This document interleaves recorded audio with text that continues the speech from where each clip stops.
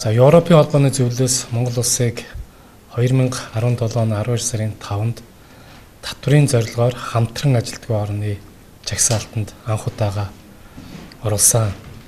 За үүнтэй холбоотойгоор өнөөдөр засгийн газрын хуралдаанаар татврын хил тод байдлыг хангах, татвар төлөхөөс зайлсхийх явдлын эсрэг авах арга хэмжээний тухай тогтоолыг гаргаж бодлоо. Инхээр одоо Global Forum татврын суурийг говьчуулах, ашгийг зовчуулах байгууллагуудад одоо элсэх өргөдлийг сангийн хамгаалахыг Монгол улсын засгийн газраас сангийн сайдад даалгаж байна.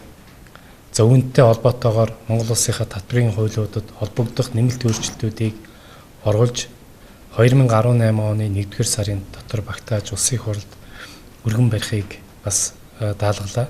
За банк санхүүгийнтэй холбоотой мэдээллийг зөвхөн татврын албаа татврын зорилгоор ашиглах чиглэлээр Монгол банкны ерөнхийлөгч Баяр Цаахан сангийн сайд нарт мөн даалгалаа. Тэгээд энэ засгийн газрын тогтоолыг хэрэгжүүлэх чиглэлээр Монгол улсын сангийн ам бол тодорхой ажил хийх үүрэг авлаа. За үүнээс гадна Европын холбооны улсуудтай хамтарч ажиллах чиглэлээр гадаад хэргийн яам дээр мандах билгээр ахлуулсан тодорхой ажлын хэсэг гаргаж ажиллах бас үүргийг өгч байна. Ингээд энэ Европын холбооны зөвлөлөөс гаргасан татврын чиглэлээр хамтарч ажилдгүй орны жагсаалтаас Монгол улсыг гаргах нь цаашдаа Монгол улсад одоо итгэх хөрөнгө оруулагчдын итгэл, Монгол улсын банк санхүүгийн байгууллагууд болон одоо хөрөнгө оруулалтын чиглэлээр хамтарч ажиллаж байгаа хөрөнгө оруулагч нартай